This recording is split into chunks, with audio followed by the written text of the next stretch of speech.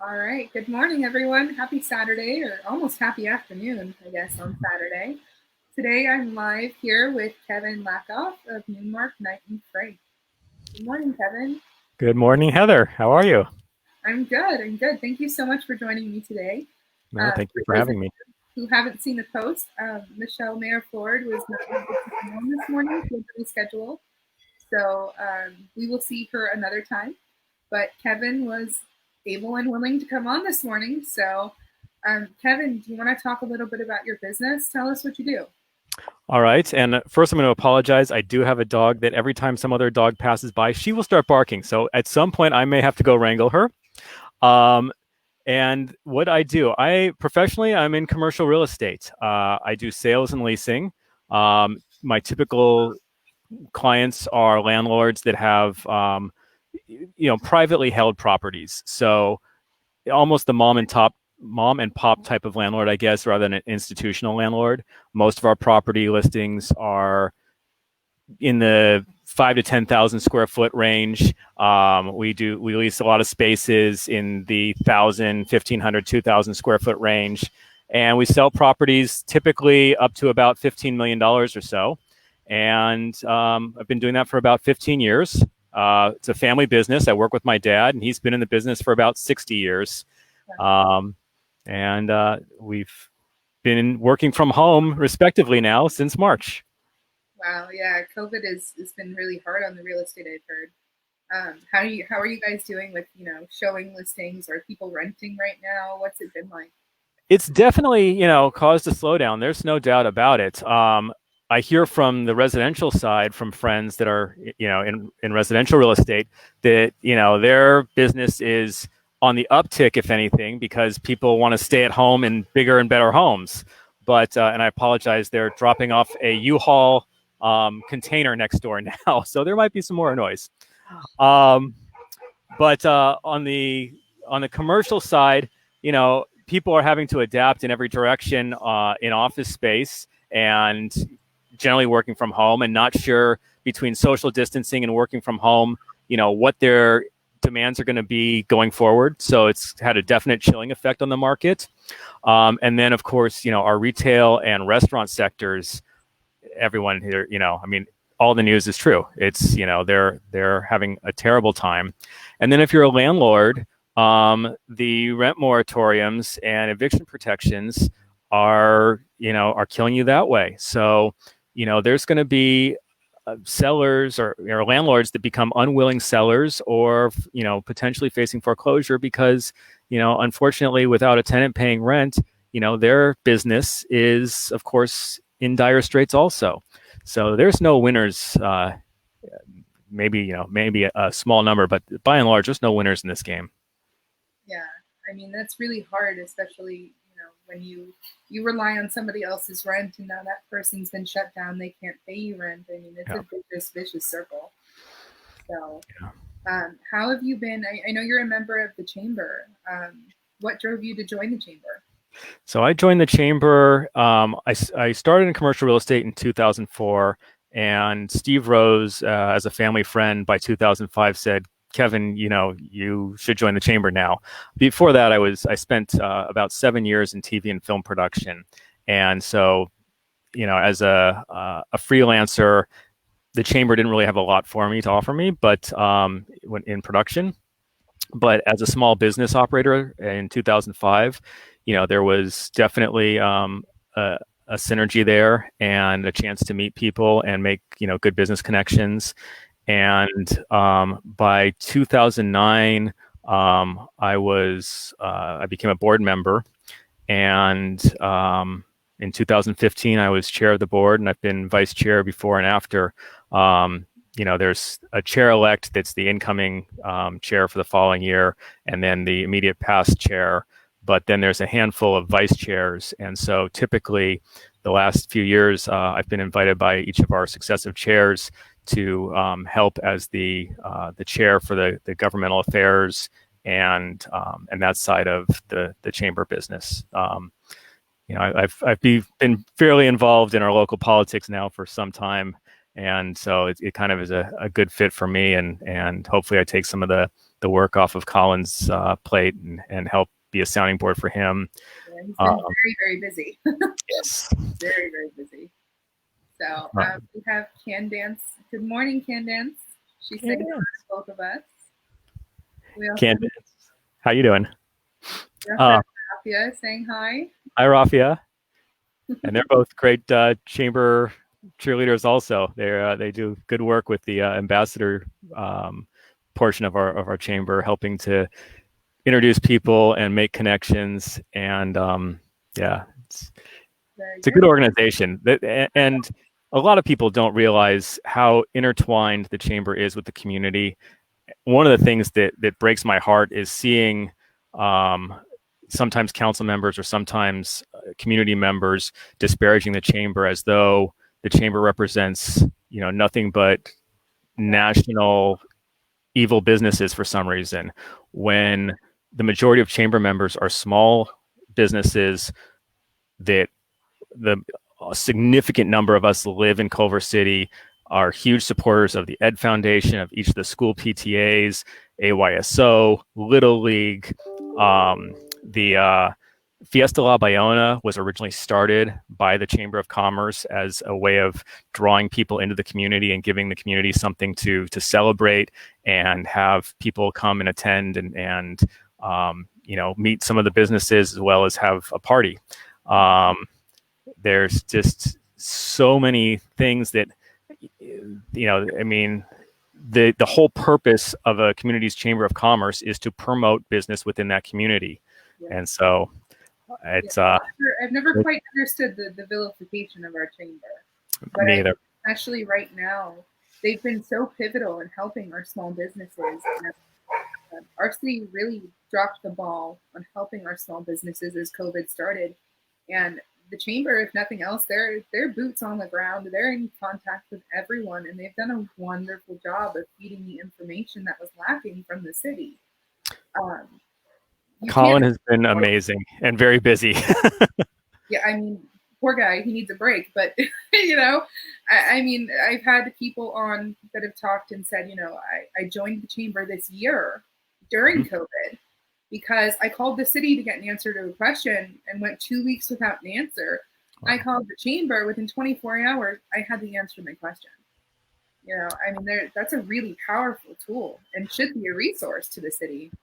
I think the city generally considers the chamber a resource. The chamber and the city have a good working relationship between economic development, Todd, Elizabeth, Elaine, and community development with Saul and John Nachbar. I think that there is a lot of mutual respect, and there has been for as long as I can remember. So that is good.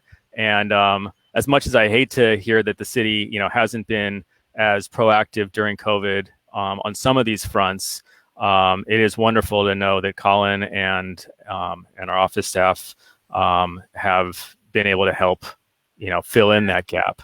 They picked up the slack for sure. Yeah. And to put kudos out to the Downtown Business Association too. I mean, the DBA has helped with the downtown area specifically, and then of course the chamber, really is a resource for the entire Culver City area. Yeah. We have a question from Jeff. Good morning, Jeff. What does your crystal ball say about the future of commercial real estate? It's hazy. It's like the 8 ball. I should turn it over and see if I can, ask again later. It's going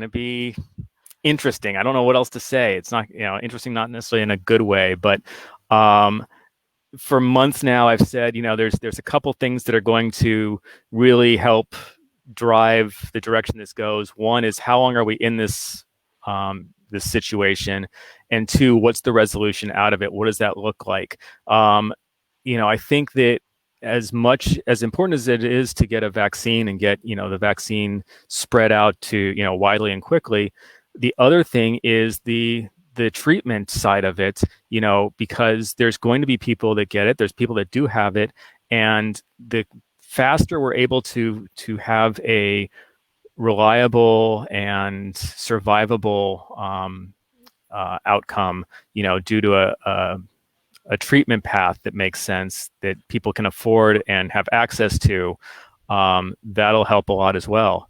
Um, it seems like the president has recovered very well, but he has, the resources that are second to absolutely none in the world. So until that is the type of medical care that anyone can rely on, we are all still wearing masks and having to do a lot of physical distancing and working from home. So the longer that goes on, the more damage it'll do to our economy and our commercial real estate sector. The fact that the commercial rent moratoriums and for that matter, the residential rent moratoriums continue to extend, the more challenging it'll be to come out the other side. And that's for a few reasons. One, there's the danger of increased defaults on mortgages because, again, landlords, this is their business. If their customers, their tenants aren't paying their rent, they can't survive. Just like the restaurant can't survive without people coming in the door and buying food, the landlord eventually, most landlords don't own a property free and clear. They have debt on them. That means mortgages that have to be paid. Even if they do own it free and clear, there are fixed costs to owning property. There's property taxes that don't go away. There's property insurance that, if anything, goes up in situations when tenant spaces aren't occupied, because the danger of fire and theft, vandalism, those all increase. And so your insurance rates instead, go up, and your fixed costs go up. Utilities, those are all sunk costs. So there's going to be, I can only imagine, foreclosures that come out of this. It is definitely frustrating. And then the other issue is the rental rates, because when there's no restaurants available to lease, then when one comes available, they can get a decent rent because typically, it's a supply and demand curve. When suddenly 6 restaurants are on the market, a new incoming tenant, and there are fewer of them today than there were, 8 months ago, suddenly has a lot to choose from, and landlords have to compete for that dollar. Again, they've got expenses, so they are looking to grab tenants wherever they can, and it becomes a race to the bottom. And so it does erode rates, rental rates, and consequently overall value of properties. Yeah. So that kind of ties into a question Rafi is asking, and I'm going to ask you also. She's asking, do you believe that more employers will go towards working remotely? And my question kind of ties into that is, how does this affect the commercial real estate market with more companies saying, hey, this has worked out well, everyone stay home, work from home? So, we're all part of a giant experiment right now. And a couple of things that people are learning: yes, I can work from home. I don't necessarily want to work from home. It hasn't been the idyllic concept of the home office that a lot of people have, had thought. One of the biggest things on that note is the fact that the schools are closed. I'll tell you, if I ever thought of working from home, I didn't think I'd be doing so with, a second grader and a sixth grader on Zooms in the house with me, and the doggy daycare being closed, meaning that the 1-year-old dog wants to go out, wants to come in, wants to go out. In my mind, if I were working from home in a home office, the kids were at school, the dog was away for the day, and I would have time to focus and get work done. The other thing is lunches. I know, at least myself, I like to go to lunch with people, and whether it's clients or other people in the office, there's a level of synergy that we don't have in strict work from home environments like this. But even when we are able to go back, there's still that camaraderie that you lose, and a level of productivity and synergy in an office environment that you lose. And employers are already realizing that. I think, if anything, you're looking at more of the word hybrid is almost overused today for lots of different things, but between social distancing and sanitizing and the changing model of an office environment, I think what you're going to see is having similar square footages, but more physical distance between desks. And you'll probably have some kind of cycling, similar to what they're talking about in the schools, where, half the staff is able to work on, odd days of the month and half on even days of the month. And you just try to plan your work office days and home days accordingly. Yeah, I know, for instance, my mom's work had just moved into Culver City on February 17th, 2020. They signed a 10-year lease from corporate here in Fox Hills, and March 13th, they said, "Thanks for coming, everyone stay home." And now they're doing, office by appointment only. So I've got to imagine it's going to be difficult, and what kind of, if they're going back, They didn't sign a 10-year lease expecting to have this as their work environment. For sure. Right. For sure. Yes. So we've got some more. Rafia says, working at home with little ones can be challenging. For sure. That's understatement, but it's a good statement. Yes. I mean, I know, they're all grown up now. My mom has 2 dogs, though, and she says they're the crappiest coworkers, but, Vicky is saying hi. Hi, Vicky. Good morning or afternoon. Oh, we got 4 more minutes before it's afternoon. I'm still good morning. And Candance says, I learned so much about the city of Culver City from the Culver City Chamber. It's been my business lifeline before, and especially during the pandemic. Candance, you're not alone. So many people feel that way. I'm happy to see that the chamber's renewal rates have remained strong. I think that's a definite indication that people do find value from Colin and the services from the chamber. And Lauren and Monica are wonderful support as well to him. I know that he tends to get most of the glory, but they are definitely there helping him. And I know that we'd like to get new members, but at the same time, it's a tough economy to be trying to find people that are starting businesses. But hopefully, the ones that are in business and do need additional resources realize that that's a group that's here to help the community. Absolutely. So Vicky is saying she works 3 mornings a week from home. Or no, at work, sorry, and the rest at home. So I think a lot of people are going into this hybrid every so often, coming into the office, or set days, things like that. But one of the other things I wanted to talk to you about is, there's 2 ballot measures for Culver City. There's Measure B and there's Measure RE. What is your sense, especially in how it'll impact the commercial market on those measures? Thank you. Well, so Measure B is that one. I'm trying to if I use the term commercial real estate, there's definitely a distinction as to whether that's strictly office and retail or if it also includes multifamily.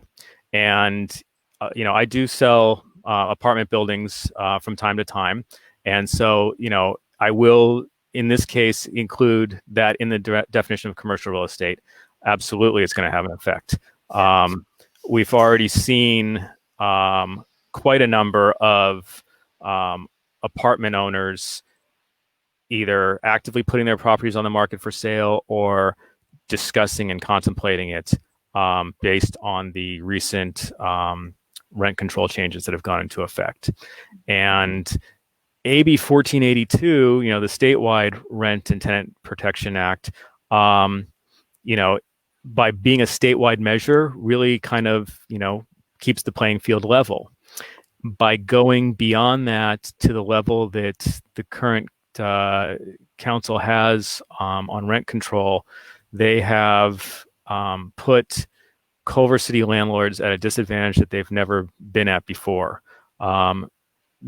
Prior to 2019, without rent control in Culver City, it was a very desirable place for mom and pop apartment owners to purchase, and they have they had prior to 2012, the city had a rental assistance program so that people who are income qualified and needed additional help for rent could go to the city and submit a essentially a hardship package. I guess I don't know the details of it, but we're able to get funding, which at the time was from the redevelopment agency, towards paying market rent, and that was a really strong program because it came out of funds that were designed to help renters that showed they needed the help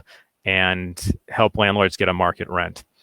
And with this new model, honestly, with the cost of property taxes and the other costs involved with property ownership, the return actually is marginal at best. I know landlords that have told me that their operating costs, run 7 to 12% in any given year, and so with a 2 to 5% increase, there simply, isn't enough money in the rent to pay the operating costs. And there's a lot of people that will argue, well, you've got appreciation for the building over time. If you bought, in 2019, and you hold the building for 10 years, in 2029, you'll make a lot of money.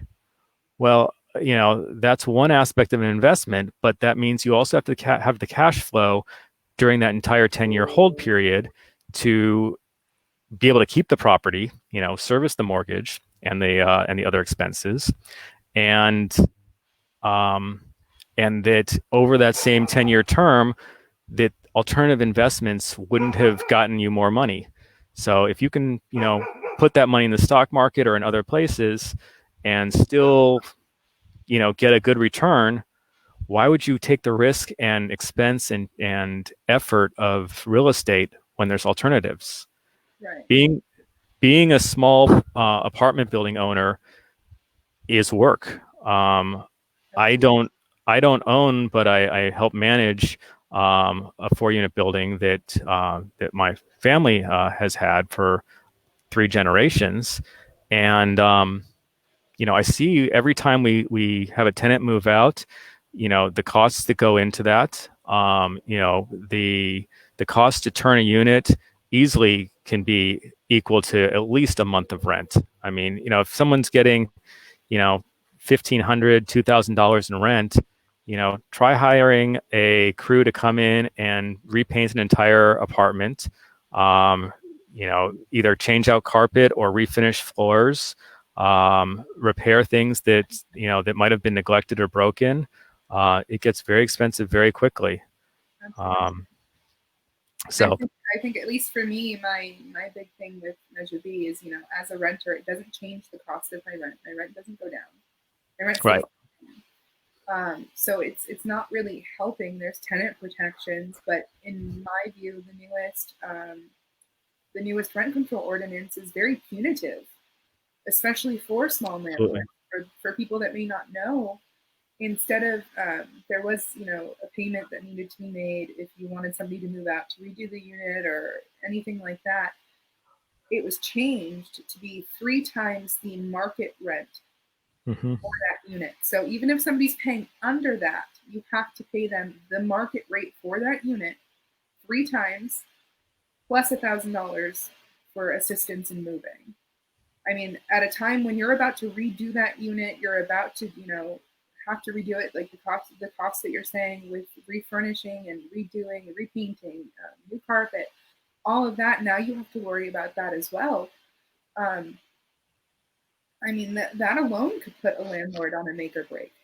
So, yes, and all those costs together. So where this is heading, I guess, to bring it back to your question about how it affects the market, is it will have a chilling effect on the number of small landlords and their willingness to to enter the market in the first place. So if you have a 4-unit building and you've decided I can't make enough money, I got to sell it, or I'm going to lose it, frankly, because I haven't had rent now in 8 months from some of my tenants, you're going to potentially lose your property. So you put it on the market to sell it. Well, it's not a strong market here right now because you don't know if tenants are paying due to COVID. And now you know that when they do catch up, if they do catch up, that the rents are capped. And so the most likely buyers today are now developers.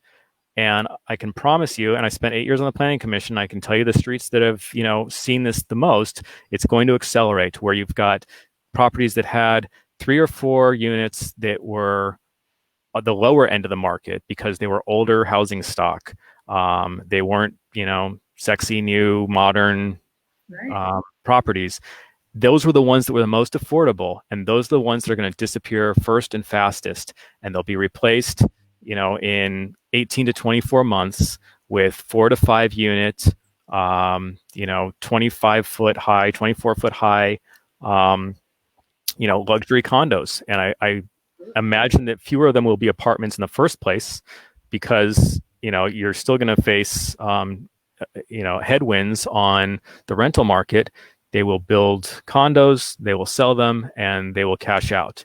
And the net effect, just like in Santa Monica, will be a reduction in the overall availability of affordable apartments in Culver City. And I don't think a lot of people think about that. I mean, no.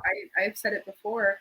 All you're doing, like I said, it doesn't lower the cost of my rent. It just means if I want to move, it's going to be harder and harder to do because units are going to be harder and harder to find. Yeah, absolutely. You're completely right. Mayor Erickson has helped with the emergency rental assistance program, basically rekindling the one that we had.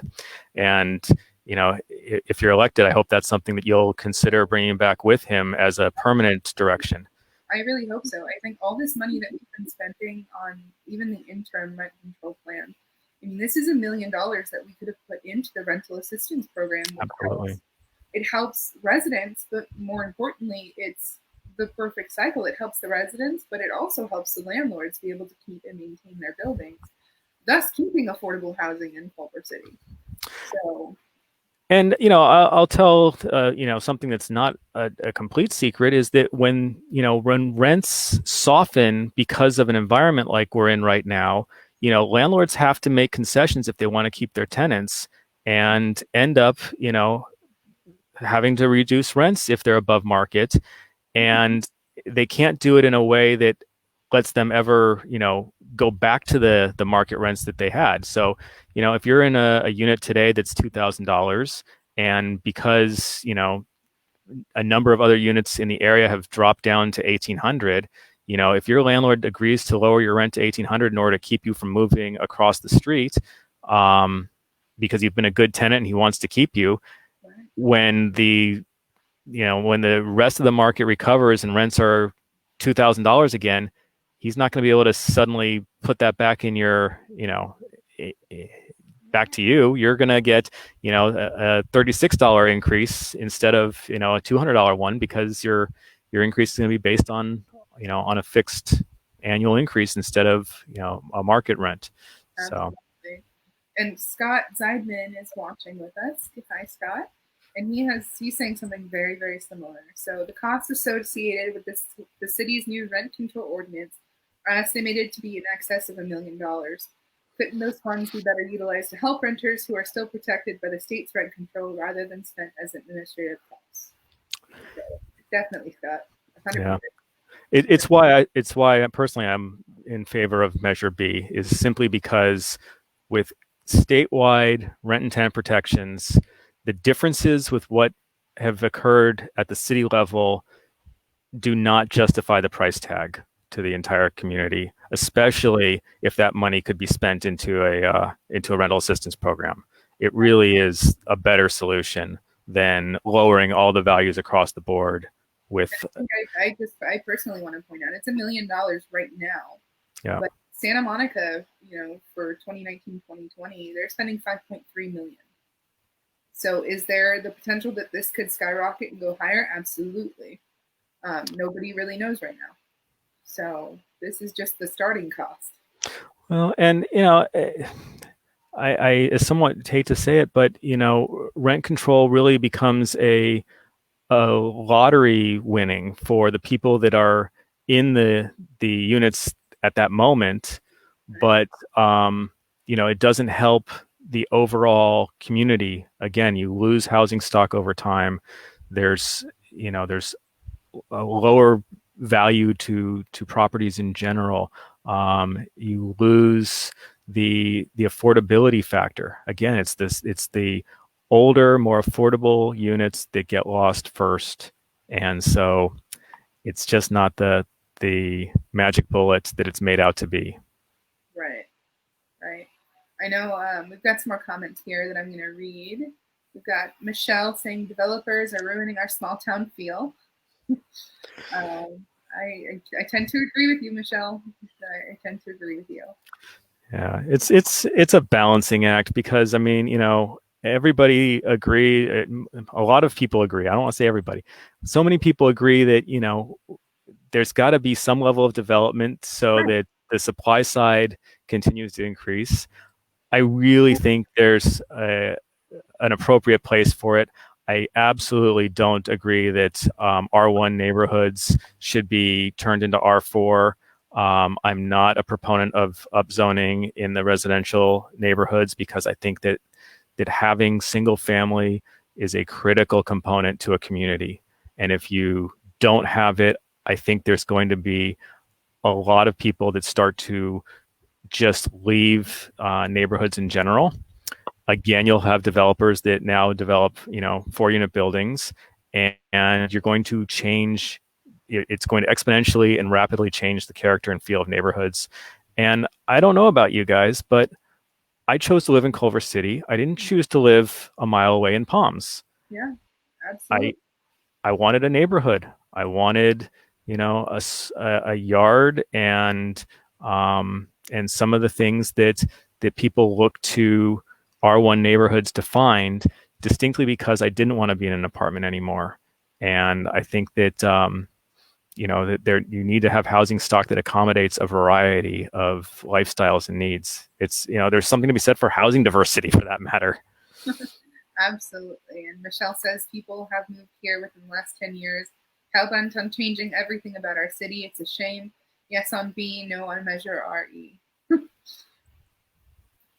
Right on. Yes. And Candace has a really good question. She says, what's the meeting in the middle for tenants and landlords? So I think conversation, as much as anything, a meaningful dialogue. Tenants that are open and able to pay something towards their rent, should be doing something, especially for the landlords, that are in their own dire consequences as their rental business is uh, impacted by it. Um, there's so much need for meaningful dialogue, and just like in politics, the polarization does not solve anything. Um, we do a lot of talking, but not necessarily a lot of listening. Right. And I think that the city has for many years had the landlord tenant mediation board for residential issues, and I think it's an underutilized resource. From the business side, it may be that the city should help facilitate discussions between landlords and tenants also. It would be a shame to lose small businesses, especially over something that, where there could be, a meaningful dialogue. One of the biggest challenges with the rent moratoriums is that they're a deferment. And so at some point there will be a balloon. Well, there will be money owed, and whether it's a balloon payment or a repayment schedule, either way, those are discussions that have to be had, because otherwise, we're putting off an issue that's going to cause more strife, even as we're trying to get a recovery underway. Yeah. I definitely think that there's some middle ground that we can all find to work together. I think it takes, everyone listening and coming to the table and saying, while I understand you can't, pay full rent, here are my costs, can you at least meet me somewhere there? But right now, there's a lot of calls for people, rent should be completely forgiven. And, Right. while I totally understand that and I know people are struggling, it's not realistic, especially for the mom and pop landlords that are having a really hard time, like you said, who may end up in foreclosure, who are having these issues. Um, I think Candance, it takes all of us coming together, all of us being able to sit and listen and learn from each other, because it's different looking at things from the tenant perspective than from the landlord perspective. And when I started looking into this and figuring it out, I really had to do that, especially for myself, because I understand the tenant side. I am one. But it took, me sitting down and listening to the landlords and realizing they're not being unreasonable. They're just trying to stay afloat. And that's really where there was a disconnect.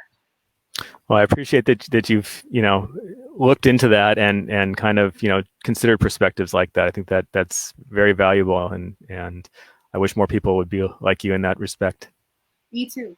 Me too. So we have a good question from Jeff Cooper. I see this edict on our city to provide an additional 3,000 units and a majority of currently elected officials buying into this. Why? I'm pretty sure he meant to say can't. We Yeah. the county/state to prevent this. So I believe that we can, Jeff. We can push back. We have some time to appeal the decision on how many units. We just have to do it. I don't know where you put 3,000 units in Culver City. I mean, that would be really, really dense projects going on. You I think it's smart for us to just accept their number. I think we should send back a proposal and say this is what we think we can do. But 3,000 units is not realistic for somewhere like Culver City. Yeah, I know. We've got RHNA numbers, regional housing needs assessment numbers, that we have to have the capacity to construct, but the reality of actually constructing them, is definitely challenging. And we are so woefully behind in the number of units that we would need to accommodate the market demand, that I'm not sure that some of the solutions that are being proposed are viable ones. It'll be interesting to see. Interesting again. I don't, for lack of a better word, what the net effect of COVID is on population and migration, because I know people that have moved out of California, based on COVID because of job changes or cost. Just simply the cost of being here. If you have to stay at home, you could stay at home, in a different state that costs you a lot less, or a different city. I've seen that even where I live. So I live in the Meadows in Fox Hills. There's over 600 units, and there's a ton of vacant ones right now because, like, the people on the first floor of our building in particular, when they were moving out, we asked them, well, why are you leaving? And they said, because we're permanently working from home. Our company has decided everyone's staying, so we're moving to Idaho. And by the way, we got a 2-bedroom apartment for like $600 a month, and you can't keep that making LA salary. So it's very, very strange. It's very odd, and I don't know. I think everyone's trying to see what everything's going to look like after COVID, because so much has changed. I mean, even my mom's like, hey, we only have to go into the office every once in a while. If we have to, I could technically move to, Texas and fly in once a month if I have to. I mean, there's a lot of those kinds of discussions going on with so many different people. Southwest has flights for $49 each way. So for $100, and maybe the cost of a night in a hotel, I mean, you could have a very different lifestyle. And people have started to put that together. Yeah, exactly. So So Vicky's got a good question for us. Do you think the proposed post office project will hurt or help property value? I think you're referring to the 11111 Jefferson development, which is, I think they'll have like they had an EIR discussion last week. There are going to be 230 apartment units that they're currently planning. I think about 5,000 square feet of office, down from much more because I think they're just rethinking the office need. And retail on the ground floor. I know they're talking about a 35,000 square foot potentially grocery tenant as an anchor, and then some shop space. Do I think it'll hurt or help property value? I know that the surrounding neighborhood really doesn't like that project. Um, I'm much more agnostic about it because I don't think that it's not a particularly good intersection during rush hour under pre-COVID conditions, but I don't think that the level of increase in traffic I mean, I haven't seen a traffic report, and I'm not on the planning commission anymore, so I won't, need to delve into it. But I don't think it's going to be that dramatic of a difference in traffic increase. I would like to see them, park to code. I know that people right now, parking is such a hot issue of, we should require less parking. The reality is, as a commercial leasing professional, and I can tell you that tenants functionally need parking, even if they're not code required to provide it. And parking is an expensive component of any project.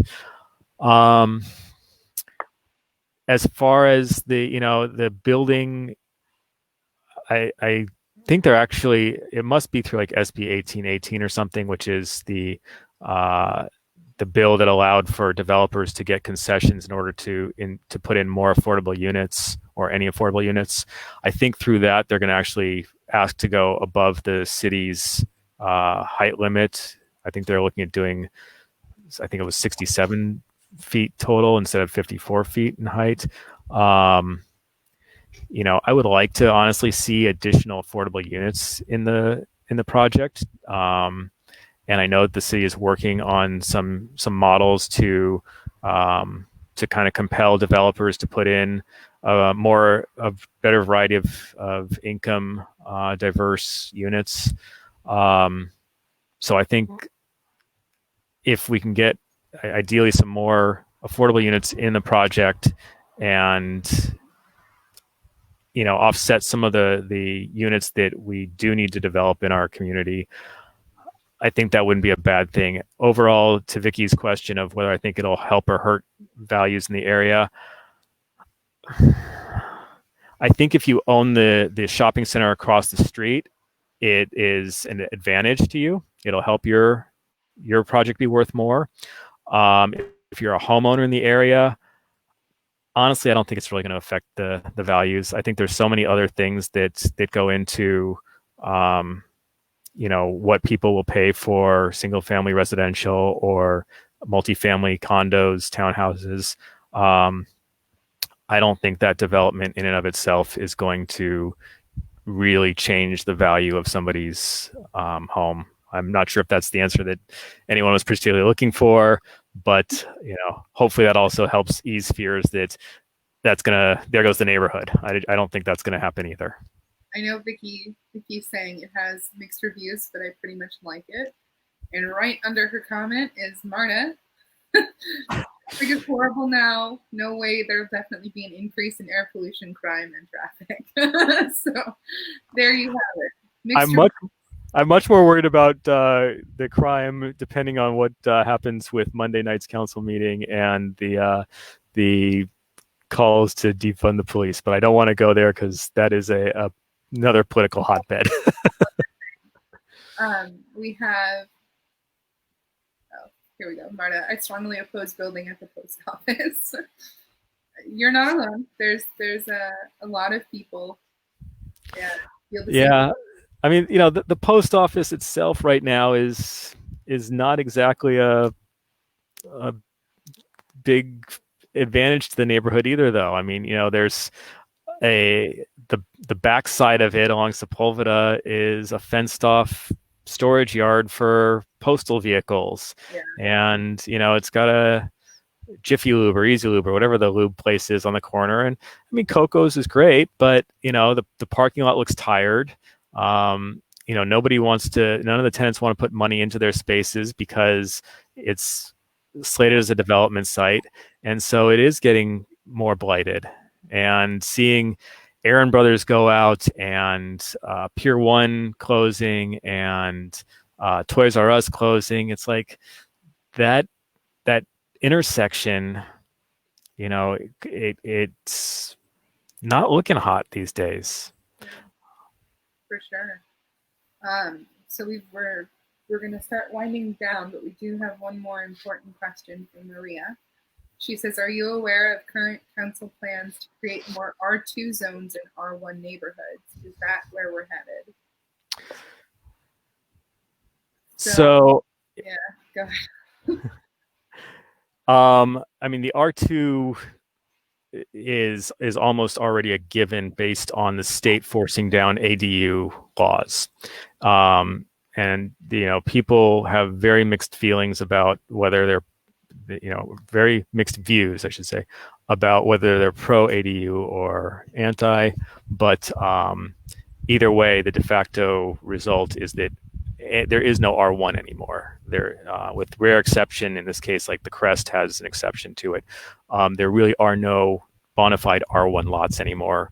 That said, they also aren't really R2 at this point because you can't put in a full duplex on an R1 lot. And I would, as I mentioned earlier, I am opposed to upzoning the R1 neighborhoods. I think the existing ADU exception is, as it's more than I'm necessarily comfortable with in the first place, and I certainly don't want to see it go into upzoning to R2 or R3 or R4. I don't think it's an appropriate land use. I think you need a diversification of housing types in order to keep a better mix of residents and income levels and abilities to draw in homeowners that contribute to some of the things that that may otherwise not be as contributed to as much, whether it's youth sports, Ed Foundation, things like that. About single-family homeowners that tend to have higher economic ability to help fund some of those things, and you drive them further out into more of a suburbia, you're going to increase traffic because they still need to come in, and you're going to lose a lot of resources for some of the other services that rely on those homeowners contributing. And I just think it's an unintended consequence that I see in potential for upzoning. Yeah, I mean, I tend to agree with you. I think ADUs are an interesting way to add additional housing without necessarily changing the entire landscape of a neighborhood by adding in, multiple units on a lot. I personally don't mind ADUs. It gives the homeowner a little bit more money to spend in our city.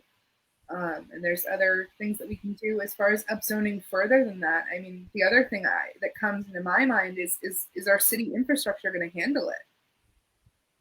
How is this going to have an effect on our roads, our plumbing, our schools? I mean, there's so many different factors that would go into that that I don't think we're set up for quite yet. And it would vastly change the look and feel of Culver City for sure. So if you were on council, I would hope that one of the conversations we would have then would be about things like, where to increase zoning to accommodate additional units. Honestly, as much as I think that it's nice and quaint that we have, a base level of 35 units per acre for, multifamily, the reality is, we could increase the number of units per acre without really anybody noticing. Instead of 35 units, if we raised it to 45 units, and that is in the council's purview, and kept the same height restriction, I don't think people would really notice the difference in the extra number of units, and yet you would easily accommodate for a lot more potential units than just by jamming them into the R1 neighborhoods. Absolutely. And I think it's so important that um, we really keep having these conversations. Talking to you today, even I have learned some things from you, and it just takes being able to sit down and listen to each other and not, well, I oppose, I oppose, I oppose. Okay, you can oppose, but let me find out why. You know, Right. and I think that's the one thing I'm really hoping to bring to this council, at least for myself, is I want everyone to be involved. I want everyone to feel that they're being heard, and I want to come up with solutions that are better put together with more community input and a lot more, um, a lot less one-sided. I feel like so many people feel like they're not heard, and that this council just does what they want regardless. And it's been really tough on a lot of people. And I think that's Absolutely. something that we need to fix and we need to change. So that is something I'm definitely hoping to bring to this council. Well, thank you for taking the time to discuss these things with me. And as I said, I would hope that, that if you were elected, that we would be able to continue these discussions. I do like to think that, that I try to bring some balanced perspectives, and Yeah. I wish that I would have a chance to have some of these conversations with other candidates as well, because I think that, it's nice that you do listen and are willing to hear some of the different sides of points of view on these issues. I think it's really important that we bring some diversity of thought and opinion to the council, because right now, it's kind of an echo chamber. And if you're not on that side, you're not going to be heard. So I think it's really, really important. And, I've said it a million times, but a million and one sounds good. More community meetings. The city council at the end of the day works for us. We don't work for them. And we need to get out and have these conversations with the community, not depend on the community to come to us with complaints. It starts with us being proactive, and that's really what I want to see, is a more proactive council. So, regretfully, my computer just said that it's going into battery saver mode, so I'm not sure how much longer I have. Okay, thank you so much, Kevin, for joining me today. Thank you, everyone, for watching and all of the comments and questions. I know I didn't display all of the comments. There's a lot there. But thank you all for joining me this afternoon. Thank you, Kevin, for coming on. And shameless plug, anyone who wants to sell or lease a building, let me know. Yes, and Kevin's information is down in the ticker at the bottom. You've got his email and his phone number. So call him, email him. Specializing in Culver City more than anything else. There you go. So thank you so much, everyone. Have a wonderful afternoon and a wonderful Saturday. Thanks, Heather. Bye-bye.